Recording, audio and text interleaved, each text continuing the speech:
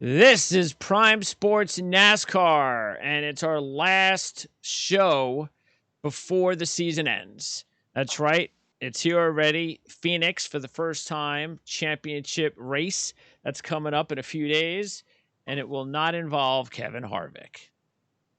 How's it going, guys? Yeah. No Kevin Harvick. No, that is definitely shocking. I mean, we kind of talked the non-election path to, they always talk about paths to victory. We talked to the path it could happen for him at Martinsville, but it wasn't likely, and lo and behold, it happened. He didn't score any stage points. He didn't finish well, and he's out. So that was a big topic on the Championship 4 media day all day. Here we are with no Kevin Harvick. Yeah, it just shows you though how, because we do talk about it a lot, is this is just the way it is now with NASCAR, and it's better.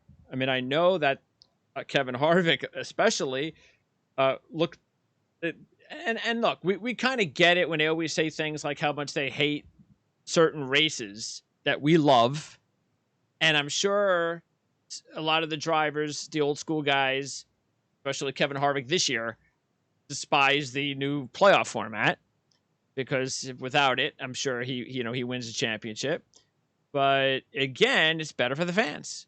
And that's what the sport is about. It's about the fans, and NASCAR has done a good job of seeing that. But yeah, that's what it is. And I don't think it should take anything away though from the Kevin Harvicks and other of those drivers, that just because they don't have 6 championships like Jimmy Johnson, that doesn't mean that, sure. I mean, that's a level all to his own, or the Jeff Gordons and so forth. But that next level, I mean, who knows? Maybe Kevin would have a few other championships. I don't know. But it doesn't have it. There's no black eye on their resume because of it. No, and I think that was an interesting point that I took away from the press conferences and the discussions this afternoon was, championships are used to be what we measure people by. Dale Earnhardt, Jimmy Johnson, Richard Petty, Yeah. etc.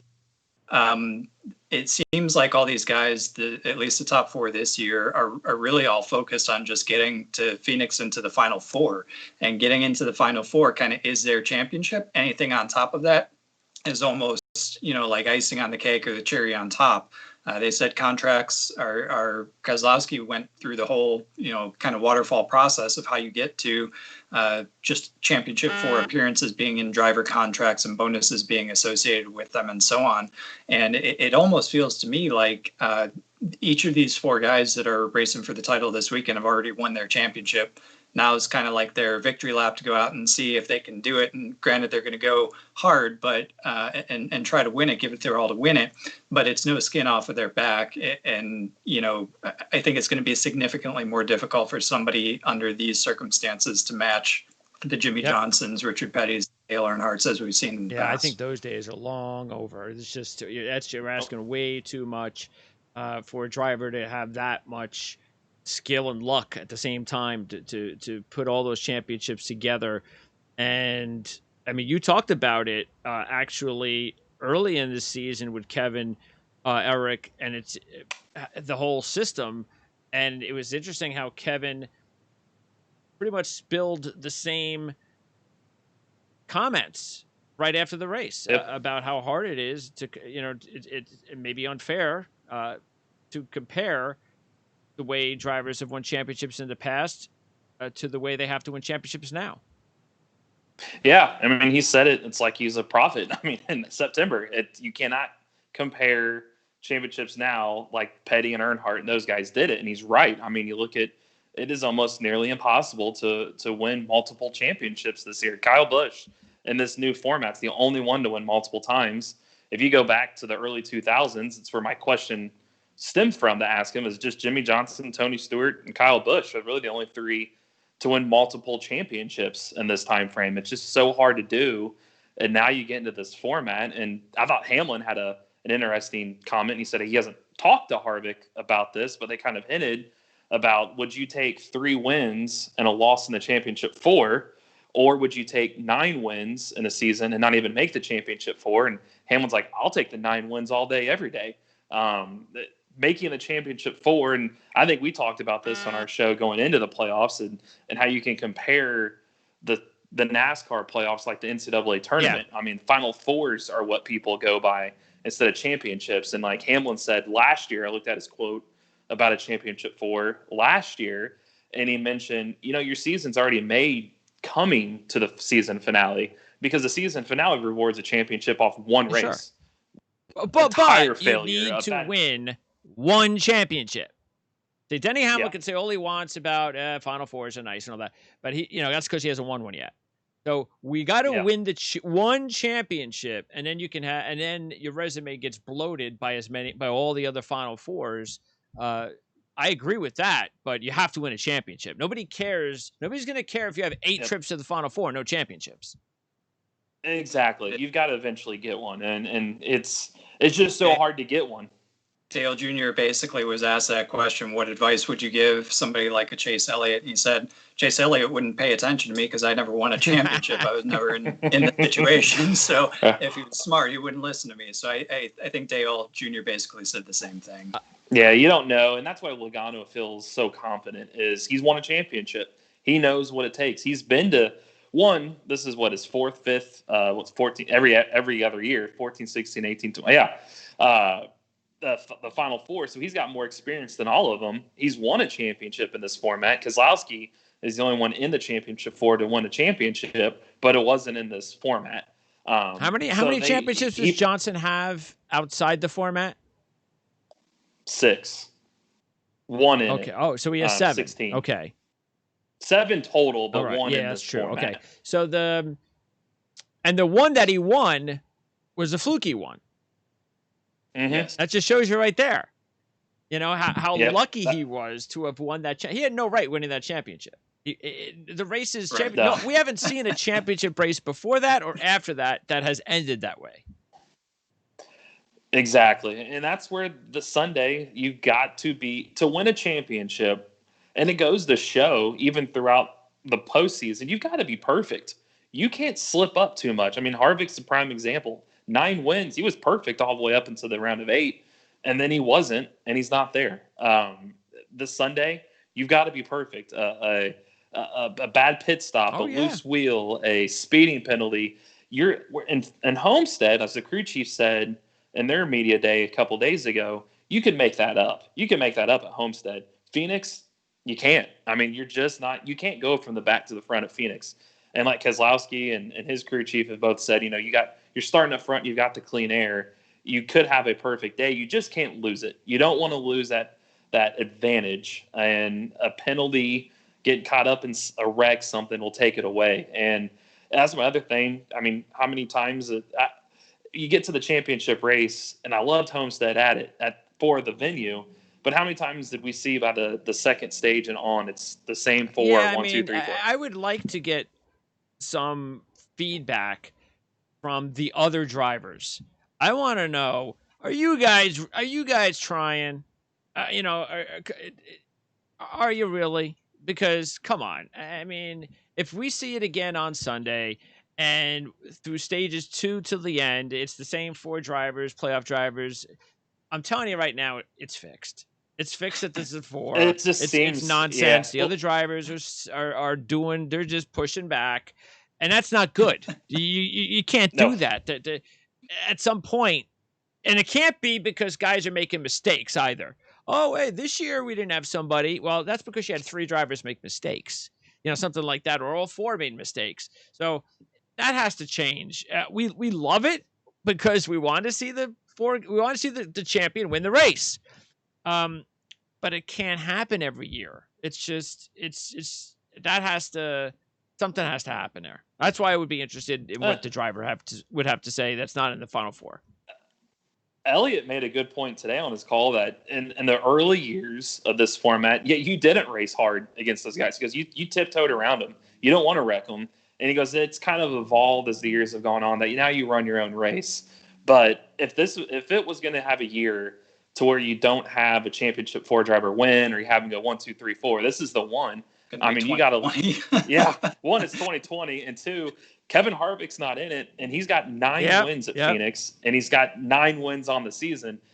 To me, if I was Harvick, go out and blow the brakes off of everybody. And like, look, I should have won this title. I just won this race.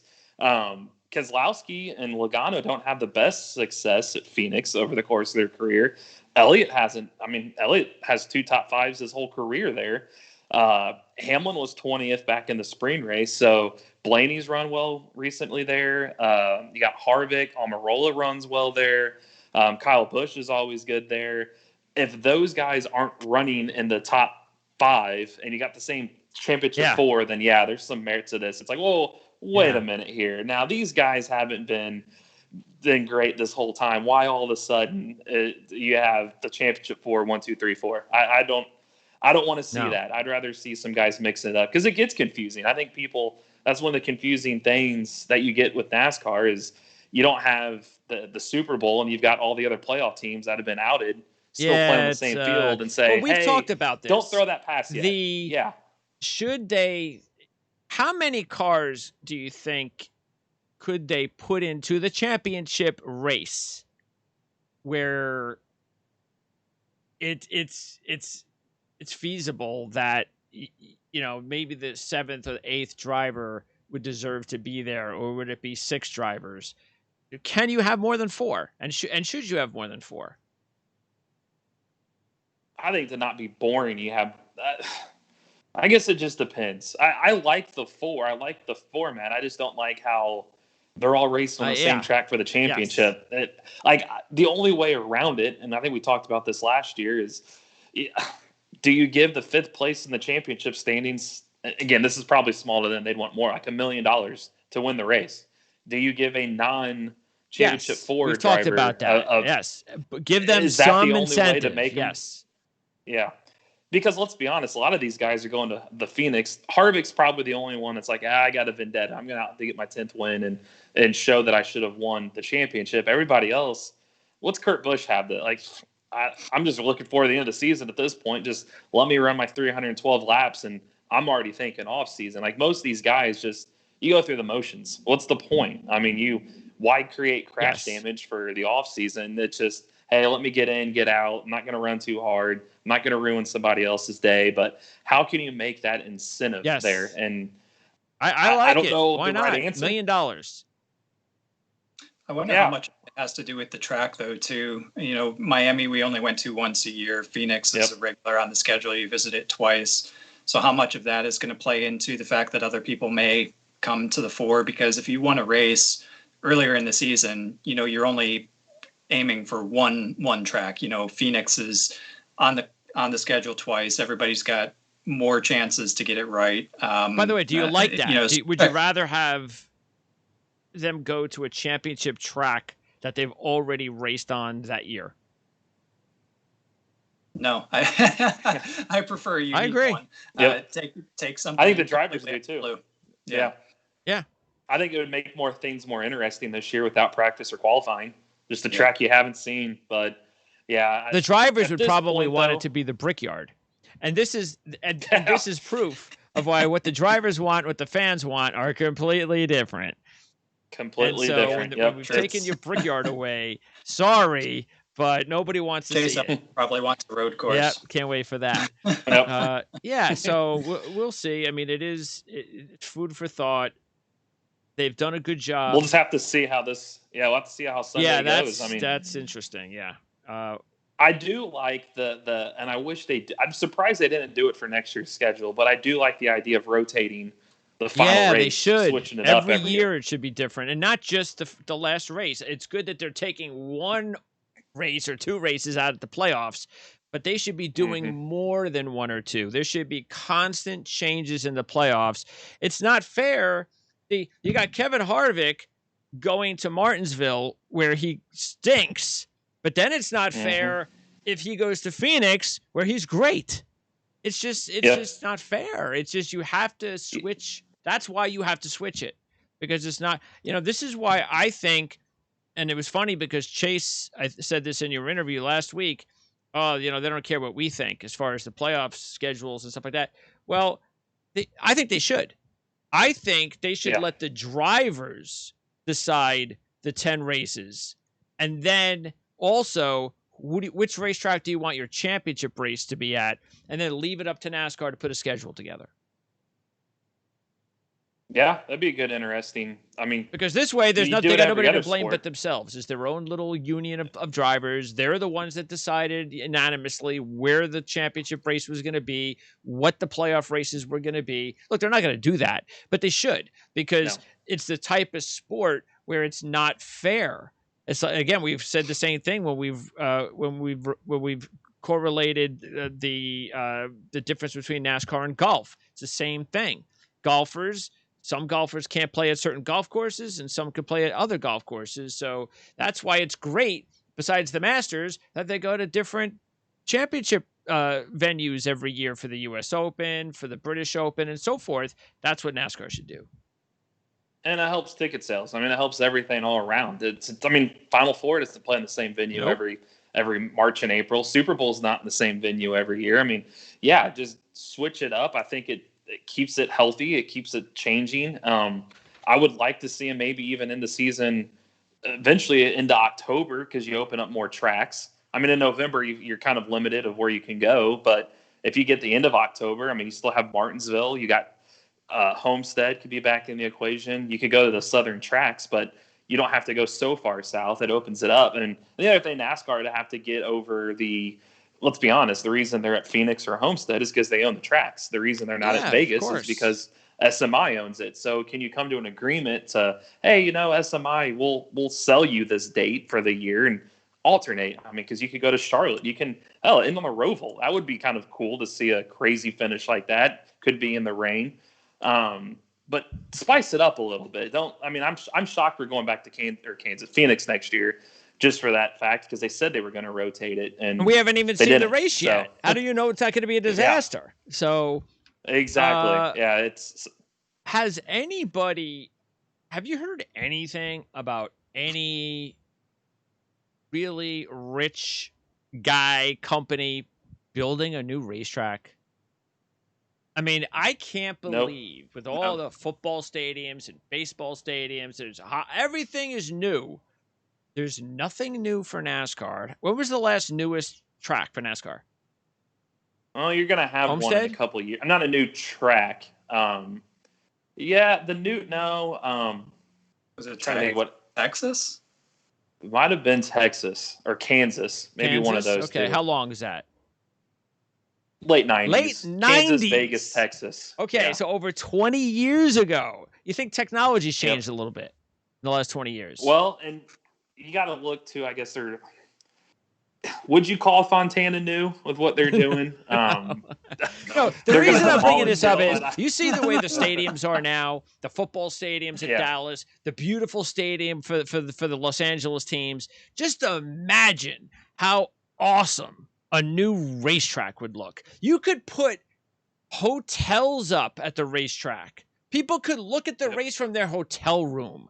You could have all sorts of awesome ways to build a new racetrack, because you don't need 200,000 people in it like they had before.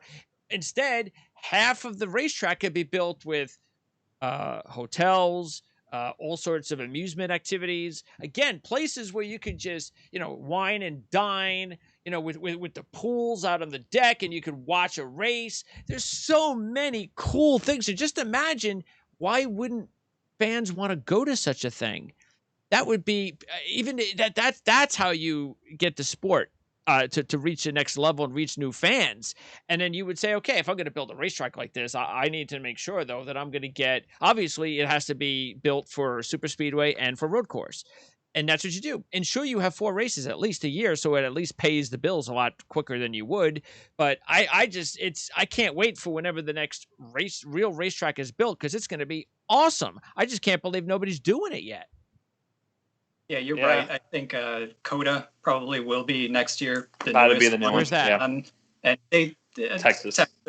But again, they did a lot of stuff in preparation for that. There's a concert venue inside there. There is the entertainment. So they've got all that. I think to your point, Greg, it should be an oval. Have the balconies overlook it like Monaco. You've got the hotels that overlook the track. Oh, they there. have one, and that's what they have in Monaco. Okay.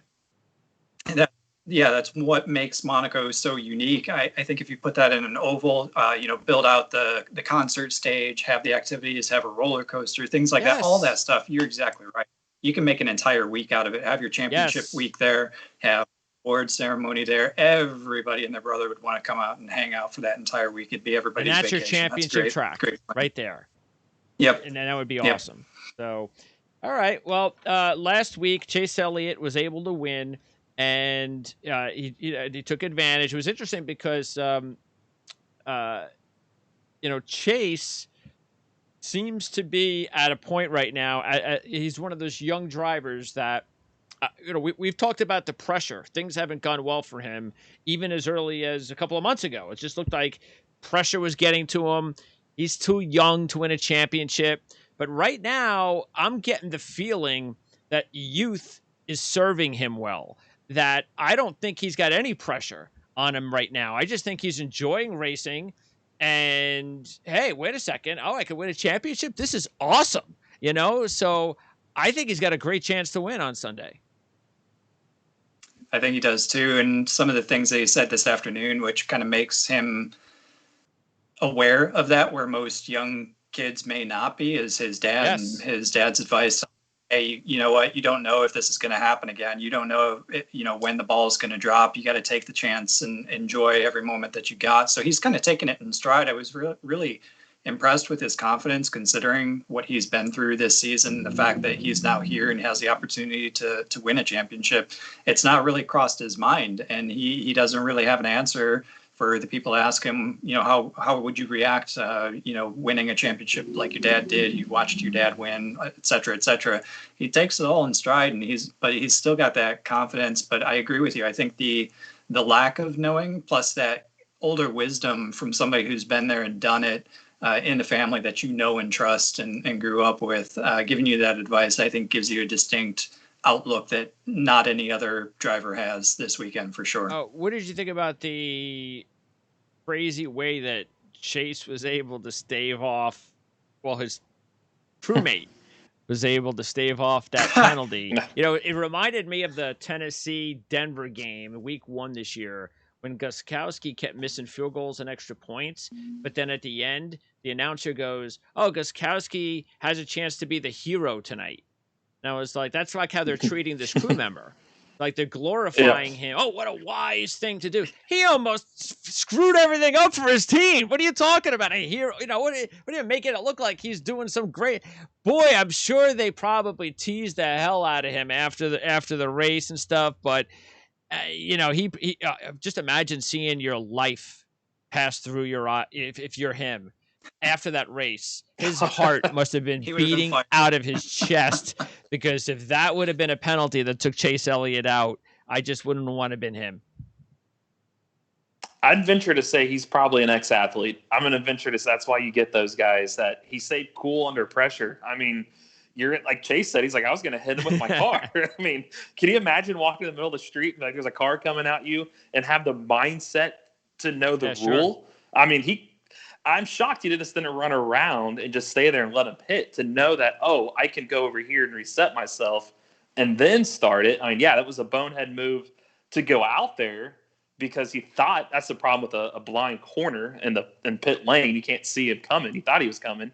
But the have the mentality to stay calm in that, because you could have ruined his whole championship chances, because if he gets a penalty there, he's not coming back. He's not going to win that race. I mean, he lost 3 spots, but he would have been back in 25th if he got penalized. And I thought that was great mindset and awareness to know that, hold on, let me go reset myself and start it over. He looked calm under pressure. I'm sure he wasn't, but that goes to show you the preparation and the week that these pit crews do. He knew the rule. I never knew the rule. Most people didn't even know the rule. He at least knew the rule. And it's not like he knew it like he was just told it. He had to have known. They've had to have practiced this to stay that calm. So kudos to him for making the best of it. And then they turn around and almost botched the next pit stop on a slow left rear. I mean, Chase didn't exit with the lead, but I feel like this is the start of could be a potential dynasty for Chase. I mean, you look at 3 straight round of 8s, didn't quite get there. Now he gets there. He keeps saying the right things. I've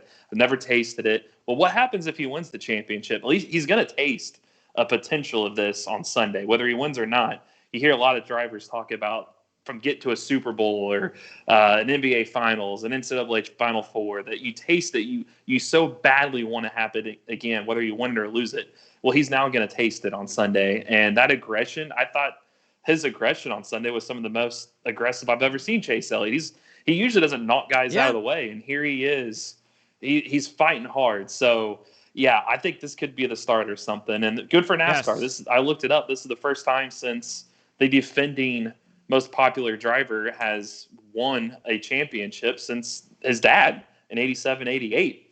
Because his dad won those most popular drivers all those years over Dale Earnhardt, surprisingly, and didn't necessarily win a championship after that. Well, here you go. You got his son, a young driver. This could be the start of something. And good for NASCAR. You know they're going to want that. So that's going to be a big storyline for, of course, it'd be 2020. Your most popular driver wins with 8,000 people in the stands and not a full house. But that's 2020 Well, there's 2 drivers that are, they're looking for their first championship, and 2 drivers that have already won their championship. There is there's teammates. I don't know if that is going to help. You would think it would at some point possibly help. It could. You never know. But, I mean, Keselowski, talk about lucky to be in the Final Four, because didn't he have the penalty? Wasn't that at the same time that Elliott almost got penalized? Was that the same pit stop? His was the second. His was the lap 404 pit stop with under 100 to go. It's when Elliott had the slow left rear and Keselowski was speeding. Yeah. So he had 96 laps and he made it all the way up to 4th, which tells you something. Yeah, well, look, that was a try. Yeah, matter of fact, he doesn't make that penalty. I think he wins the race. I really do.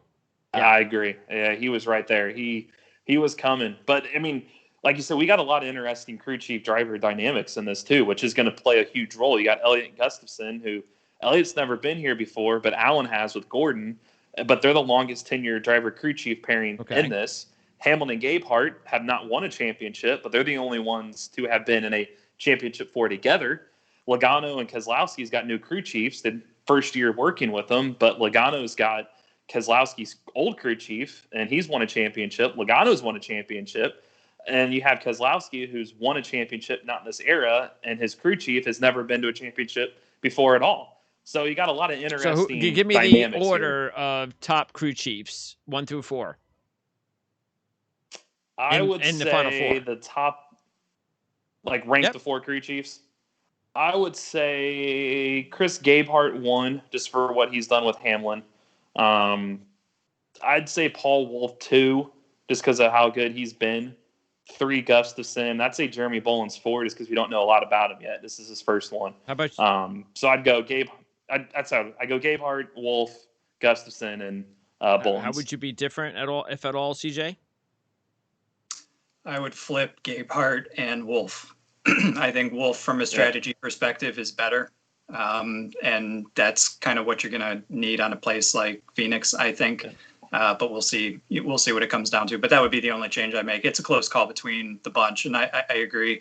Bullens has got to be the bomb just because of a lack of data versus the other three. Okay, now, because Harvick is no longer available to win the championship, that opens up some more possibilities for us as far as our futures are concerned.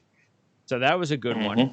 And right now, I have 3 out of the 4 drivers that could either break even or make some money for me. That would be Logano. I'd break even. Actually, if Logano wins, I'm down $100 after investing $255,000 and $100. So Hamlin, I would make $9,000, and Elliott, I'd make $38,000. I was thinking of because Hamlin was still my top pick, and I was thinking, maybe even Logano. Do I want to make some money? And then the longer I thought about it, I said, you know what? I think it makes a much bigger statement if I just stick with what I have, because I still feel pretty confident about Chase Elliott. And I just didn't think that was going to be the case. I looked at it as more as maybe the way I don't know, maybe Eric, the way you might have thought about Logano a few weeks back, but now all of a sudden, just like I am with Elliott, you're in a good situation with Logano, where if he were to win, you'd be able to clear $110,000. Yeah, I just, for whatever reason, I was shocked his odds were what they were a while ago. So I just kept cashing in on it, hoping that you'd have a Hamlin or Harvick, one of the two, not make it, and not realizing that it'd be Harvick not Yeah. making it, and Hamlin's kind of be backing his way into it. So it actually kind of paid out. Now you got the And Penske here all of a drivers. sudden, yeah. And oddly enough, still, the other day we looked this out of the 4 on DraftKings, the 4 championship guys, Logano had the worst odds out of all of them, which I don't know. It just seems weird that they keep sleeping on him. So, and he thinks he's the favorite. That's all he was talking about today. He's the only one that says he's the favorite, and you can make a strong case for that. And Well, he's the one that I'll take actually it at would this work point. out for all of us, because again, Yeah. I'd break even. CJ, you'd make $6,000 with Logano, and then again, as we mentioned, I would have a big payday if Logano came through for you, Eric. Meanwhile, Kozlowski, the only one that has Kozlowski is you, Eric. So if he comes through, that's 8,000 there. For CJ, both of us have Hamlin. And again, I can make $9,000. You can make $14,000 with Hamlin. I'm the only one with Chase, with enough money with Chase. So we'll see how that goes. All right. Let's talk about. We've got our picks in to Elliott 5-1, Hamlin 5-1, Logano 8-1, Kozlowski 9-1. Because of Kevin Harvick being 2-1 to win the race, this is the first time that I could remember that we have some really good odds. And we were just talking about how we don't want, which is true, we don't want it to be 1 through 4. 1 through 4 is going to be boring. It's set up. It's no good. But for our bank accounts, it's what we want. And because if Kevin Harvick gets away from us, then we've just set up a perfect situation where we have good odds on our 4 championship drivers. And that, because look, the way we're looking at it is, okay, let's say Kevin Harvick follows like everything else and he gets out of the way.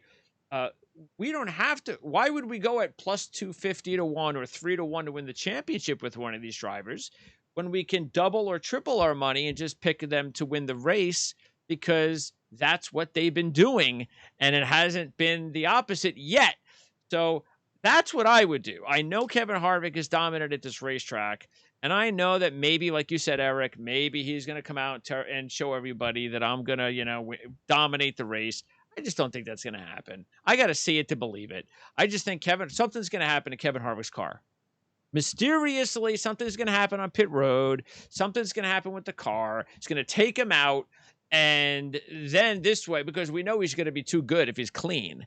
So I think somehow he gets taken out, and then we'll be able to sit there feeling good about Kevin Harvick not having to interfere with our drivers that we're trying to make money off of. And right now, taking a look at it, Hamlin and Logano are the only 2 drivers that we all put money on together. So then I got to go with the question, CJ. Who was your top pick to win the race and the championship? Honestly, I'm flipping a coin between Logano and Hamlin. I think I think I agree with Joey that he's the favorite. I think he's had time to prepare. I think he's got the right crew chief. I think he won the race there earlier in the season. So I think for all the right reasons, Joey is there. What is he doing at 8-1 when he won the race earlier? I have no idea. I have no idea. And he's in the championship 4. It's baffling. He's not getting the respect he deserves, clearly. And he was 4th at New Hampshire and 3rd at Richmond, the 2 racetracks that are the closest to Phoenix. Yep. And he won the opening race of the round of 8. He's the only one that's going to come to this car that's been prepared for this race for 2 weeks. I mean, he's right with this. Should be the championship favorite. Is all the odds are there. 2018, the last time he won the opening race of the round of 8, he won the championship, and he just won on this track in March. So yeah, I'm baffled. He's 8-1. I mean, I thought for sure 3-1, 4-1, but 8-1. That's I was thinking 3 or 4-1, to be honest with you. So yeah, very much he's not getting the respect he deserves. Kozlowski's the tricky one, because He won New Hampshire, he won Richmond, he led 82 laps earlier this year, which was the best that he's ever raced at Phoenix by 30 laps, even though he finished 11th. But he's never won. He's 0 for 22. And he's also got just one top 5 in his last 6 at Phoenix. And he only has one win in his last 15 on the year. So there's conflicting, stats to look at, that you either say, well, maybe the win at New Hampshire, the win at Richmond, the 82 laps in March is all indication that he is about to potentially win here for the first time. But then you just go back to, he's never won here before. It's a very tricky situation. He said that a little bit on the call today. He said it's not been one of his best tracks. He's been in the mix and they've had the speed to win, but for whatever reason, it hasn't come through for them. And you look at 82 laps led earlier in the year when Logano won, 32 laps led back in the fall of 2018. I believe, no, that wouldn't have been Harvick. Harvick would have won the spring race that year, but the spring race Keselowski run that year that Harvick won, Keselowski led 12 laps. So he's definitely been in contention, but for whatever reason, he's just not been able to finish it out to get into victory lane. Denny Hamlin, meanwhile, he has 7 top 10s in his last 10, including 4 top 5s. He's the defending champ of the race, leading 143 laps last year. He was runner-up in New Hampshire. And in his career, 17 top 10s, 13 top 5s, 2 wins in 30 races. So there's a lot to like there with Denny Hamlin. But then there's also 20th in March, didn't lead a lap, just 12th at Richmond. And lately, he's just been not really doing a whole lot. He's been at the front of a couple of races, but then he's gone backwards. He's just not peaking, that's for sure. Definitely the driver between him and Logano that the odds should be switched. No question. But what do we think about Hamlin's chances? Is this a good thing that I can't imagine everybody's looking at Denny Hamlin? Maybe they are. I don't know. The odds are saying they are, but I just can't imagine everybody's pointing to Denny Hamlin as the guy to beat. It's tough. I mean, he even said on the call that this car that they're bringing in Phoenix, and I can't for the life of me figure out where he got crash damage at in March, but he said he got crash damage early, and they've got no data because we literally have no data from that race where all the other 3 guys do. We're kind of guessing, and that's what we have computers for. But so that one confused me a little bit, but 2, it's like, that's kind of worrisome because everybody else at least has data, but it's also hard. He's a hard one to figure out too, because he won this race last year and he was 5th in the spring, but that's with a completely different aero package. He's got 3 top 5s in his last 5 Phoenix starts, but that's also his only top 5s in his last 8 Phoenix starts, and 2 of them were on the old aero package. So it's, how do you handicap him? It's tough to figure out, and he was 20th in the spring race, so he's backed his way into it. But then you look at Richmond, and he had a strong car. He was just speeding on pit road and didn't make up for it. At Loudon, he was second to Keselowski. Yeah. He was running up front with him. So it's tough to. They're him and Keselowski are 2 drivers that you pick them and one of them wins. Like, yeah, that's right. Or you pick them and they don't perform. Like, man, all the writing was on the wall. What are you thinking? Yeah, exactly. So it's they're the ones that's tough to figure out. But at least Keselowski's double the odds. Exactly. That's why you kind of lean towards that. But then again, if you don't go to Hamlin, you're like, oh, him and Gabehart at least they won with this. They didn't have the same aero package, but they won this racetrack last year. They've been to the championship 4 together. I don't think they're going to throw a big piece of tape on his car like they did at Homestead last year. And fall back in the last stage. They're not going to freak out. You almost kind of sense that they're playing with house money because they're so happy to be in the championship 4, but that also could turn around and bite you. I can't imagine there's pressure on Denny right now. And if there is, it's built-in pressure because he's not – if he was racing at the peak of the season like he was a while ago, that would be different because everybody – it's got it. Harvick's out of the picture. Because remember, it was Harvick and Hamlin and Harvick. Those are clearly the best 2 drivers all season. Well, Harvick's gone. So now it's just you, Denny. But he's not racing at peak right now. So could that be a good thing where maybe there isn't any of that pressure where everybody just points at him? He's the 2-1 favorite. He's the 3-1 favorite. You are 5-1, but again, that's why I said I can't imagine that people are talking about Denny Hamlin as the driver to beat. So maybe there's not as much pressure as there could have been. I think he's sneaking in under the radar. I mean, even if you look at just his Phoenix stats, he's got 2 wins there. There are 3 times throughout his career at that track that he's led over 100 laps. 2 of them weren't even top 10 finishes. So he can get it done at this track. I think he's underperformed. He admitted that he's underperformed in the playoffs. He won this race last year, as Eric said. So he's got the momentum of being, the last guy, best driver of the year that's still standing in the championship finale. So he is playing with house money, and I think he's sneaking under the radar. But from an odds perspective, I would absolutely flip him and Logano. I do think Logano comes in as a favorite for a reason, but the odds certainly aren't reflecting that. Now, would you? Well, I think. Go ahead. And Hamlin too. I think the only doubt I think that could creep into his mind is if you don't win this year, when are you going to win a championship? Yes. This 13 wins in the last 2 years. Time. Only Kevin Harvick has the same. It's like, when are you going to get these opportunities? He's been on a nice domination these last 2 years, and people are going to eventually catch up. He's going to slow down. Do you ever win? I mean, he mentioned last year, and I thought it was not coincidental that he mentioned it again on his call today that he's comparing himself to Mark Martin. Mark Martin never won a championship, but he had good stats. Yeah, no. To me, because it's hard to compare regular season and NASCAR to stick and ball sports, but if he doesn't win this year and say he has another similar season next year and doesn't win, is he before this year the Clayton Kershaw or Peyton Manning of NASCAR? You keep getting there, but you're not winning the championship. I mean, at what point does that doubt start creeping in? Like, look, I've done everything I can do. I can't win the championship. And I feel like CJ said, he's been good at Phoenix. He's led all those laps. It's shaped up. You took the best guy at Phoenix out of the equation. Now, if you look at stats from top to bottom, just at Phoenix, this sets up for Hamlin to win. So does that add more pressure to, hey, look, the championship trophy's right there for the taking. Homestead wasn't a great track for him. Phoenix is. Yeah, come on. This is he's got they've been the best car most of the season along with Harvick for a reason, and it's not going away. Yep. So this is now all mental. And look, we know he's got to win it with his teammates, no question about it. But I might pick, if I had to pick one of 2 drivers, because I think it's Elliott or Hamlin.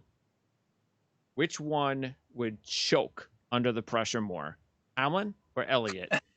I might actually today pick Hamlin. A couple of weeks ago, I would have picked Elliott. Hamlin. But now I'm thinking, you know what?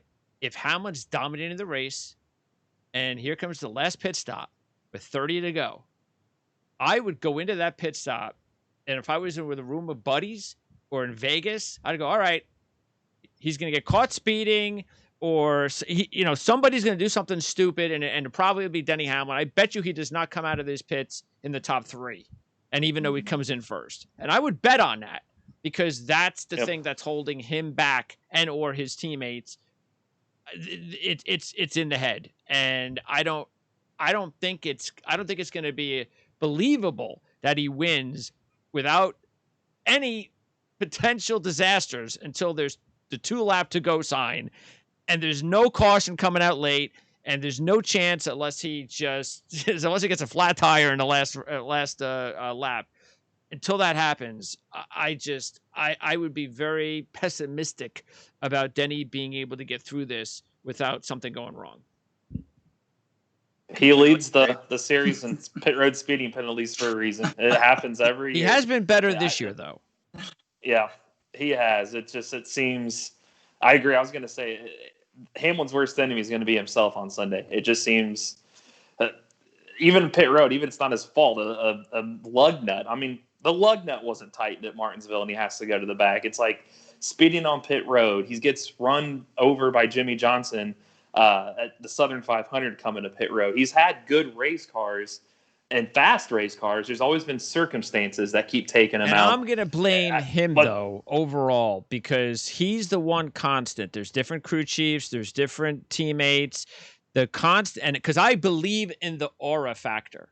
I believe that if the main driver has this, the glass is always half empty approach, which I believe Denny has. I really do. I don't look at him as an optimist. I look at him as a pessimist. And I think that could, we're not with these guys every day. His teammates are. And I just think that somehow that kind of seeps into the rest of the team. And that's why they make mistakes here and there. He's got to be the one that comes out on Sunday feeling confident.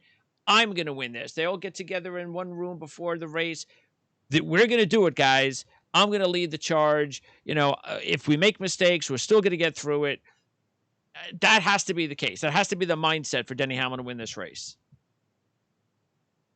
It's got to be, but you have to. This has got to. But will it but be? Can they do it?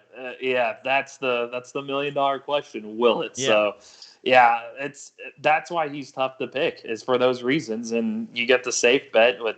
I'd say the two guys that you don't see a lot of mistakes from lately would be a Logano and an Elliott. You don't see those two making a lot of mistakes on track, on pit road.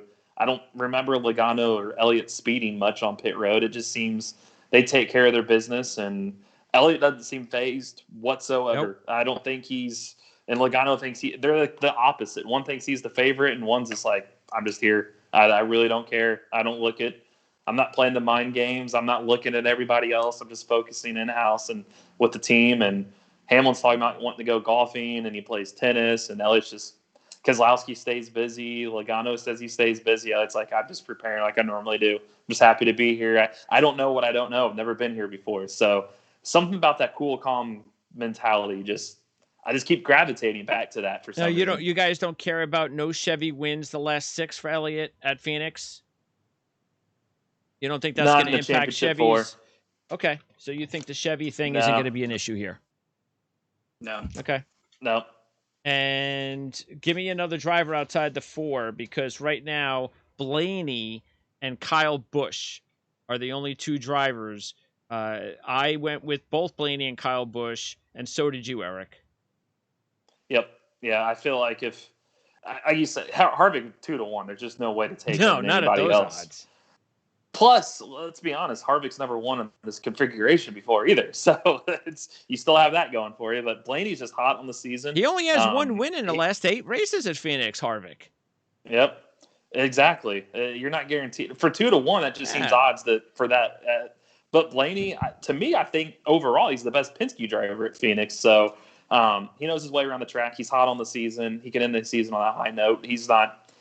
The only thing that caused a little bit of hesitation with him is he's going to have his teammates racing up front with him, and he's going to let him go. He's going to not want to finish ahead of them unless he's leading. Then he can keep another guy, Elliott or Hamlin, from winning. But Kyle doesn't care. Kyle is just going to go out and do his own race. That's what I'm thinking. I'm thinking Kyle could give a crap about anybody. Yep. And if I have a good, especially the season he's had, if he has a really good car and can win, I agree. I think he's going to say, "Screw you guys, I win in this race." That's why I felt the same way you are with both of those drivers, especially Kyle. Well, you look at Kyle. Yes, hey, last year's aero package, he finished 1st and 2nd. But then you look at the year before on the similar aero package, he finished 2nd and 1st. He finished 3rd in the spring. He's got a lot of momentum. I mean, he hasn't finished worse than 7th in the last 11 starts, 12 starts at Phoenix. Well, he's got 10 straight top 5s. Yeah, that's incredible. It's going to be hard to beat. We know his car is going to be good, so I don't think he cares. He's going to ruffle. Let's be honest. He's not giving Keselowski or Logano any room to where in the championship 4 at Homestead, the guys he's not giving them any room. The only one I think he'd give room for would be his teammate. I don't think he'd give Chase Elliott a whole lot of room either because he wants his teammate to win a championship. So I'd say those are your 2 best outside of Harvick, and a long shot I'd give you. It's not necessarily a long shot, but a longer shot would be like an Alex Bowman. Yeah. That dude is on fire right now. Yep. He led 194 laps and finished 6th in 2016. He was 11th in the spring race. So 7 top 10s and 9 playoff races. Yep. And he was 4th It was 3rd, 5th, and 6th in the round of 8. He just didn't have playoff points to advance to the championship 4. But I feel like he'd be your longest you'd probably want to go for a race winner this weekend. And this is it for Chad Knaus, Jimmy Johnson, probably Matt Kenseth, and anyone else? Yep. Is that it? Boyer. And Boyer. Okay. And then looks like we're on tap for Monday, right? That is correct. So Monday, because there's no more racing, we will wrap it all up, and hopefully we'll have something fun to talk about. I think we're going to have something fun to talk about, to tell you the truth. I just think that we've got a good 4 because there's no dom. It's not the same drivers we've had over the last few years. You know, Kyle Busch is out of the way, Kevin Harvick, Martin Truex. I mean, it gives us, a fresh 4, even though 2 have won the championship. But, it's a great potential storylines, especially if Chase Elliott or Denny Hamlin were to win. And, somebody's going strategy. There's going to be a caution at the end, and this is a race, like they said, in Homestead, you're sitting duck if you don't take tires. So this is a tire track. You need tires for sure at this track. Yes, but they're not like Homestead to where you're a sitting duck. You can strategy. Yeah. You're going to want 4 tires, but there are going to be people that go for 2 or no. So you can do guaranteed. that. Okay. Hope the track doesn't if you get a late race caution within 20 to go, and let's be honest, you probably will. Somebody's going to, out of the 4, somebody's going to be behind all race, or somebody might have made a mistake and running mid-pack and wanting to make up. Well, they may not pit. They may take 2 tires. They may take fuel only. They may do something to just get that clean air. I mean, Logano did that in the spring race. He didn't have the best car by any stretch of the imagination, but he ran strategy at the end and got the lead. So who got screwed in that race? Was that a Blaney screw or? No, Blaney was in a wreck early. Oh, he got crashed in that race. That's right. Yeah. Harvick had the dominant car that day. He was okay. Kozlowski led a lot of laps, but it's pays in the end. Okay. So somebody's going to go off strategy. You're gonna have to. You can't stay status quo. These 4 guys aren't going to stay. It happens every year, except this is going to be the year where it's not going to matter. It's not going to be, I'm going to stay out. But if we get a final 10-lap run, my tires are shot. I'm going to have to end up pitting anyways. This will be different. You might be able to hold them off for a little bit, and it's a short track. I mean, do we get a final restart and somebody use their bumper? You could do it here. We couldn't do it at Homestead. So, I agree. I think we're going to get some fireworks finally for a season finale. It's not going to be coming to the final stint, and you already know, like last year, 20 to go, I was already writing my Kyle Busch won the championship story. Yeah, that was you can't do that this year. Yeah. I was done by the time he was celebrating victory lane. Like, hey, I'm pretty much done. So I don't think we'll get that this year. Well, and hopefully we'll get some better analysis as well. Hopefully there won't be any criticism of the coverage because it hasn't really been a good year for the broadcast teams, especially the most recent one. That'll be out there on Sunday. So. Yep. All right, guys. So, Eric, you're going to be working all on just the one race? Yeah, and I'll have a recap of the truck and Xfinity, like a recap with the champion, but focusing fully on Sunday's race. And who's winning those? The Xfinity and the trucks. You've got the trucks. Actually, I have it right here. You got Enfinger, Grand Enfinger. Basically, it's GMS versus Thor Sports. So you got Sheldon Creed, Zane Smith, and Brett Moffitt against Grand Enfinger with Thor Sport. And for the trucks and Xfinity, you've got Briscoe, Cindric, Allgaier, and Justin Haley. So there'll be a first-time champion in the Xfinity series because then those 4 have won by 4 different teams too. It's Chase hard. Briscoe. I'd say Briscoe, but he's not necessarily good at Phoenix. Allgaier's the better driver of the 4 Phoenix. Well, Allgaier's a better driver, but Briscoe's definitely the better car. Yeah, okay. And Cindric could sneak in there. To me, that's going to be a good race. And they're both going to the Cup next year. Cindric part-time. Briscoe is Cindric part-time. Yep. And Allgaier and Haley are back in Xfinity. So 3 of the 4 Xfinity guys will be back full-time next year, which is good for them. I think it's good for the series that you're going to have the same 3 guys back. And CJ, RotoWire, same? fantasy previews, trucks, and Xfinity, and recap of the Cup race on Monday, rotowire.com. Guys, appreciate it as always. Enjoy the race. We'll talk to you on Monday. Thank you. Sounds good.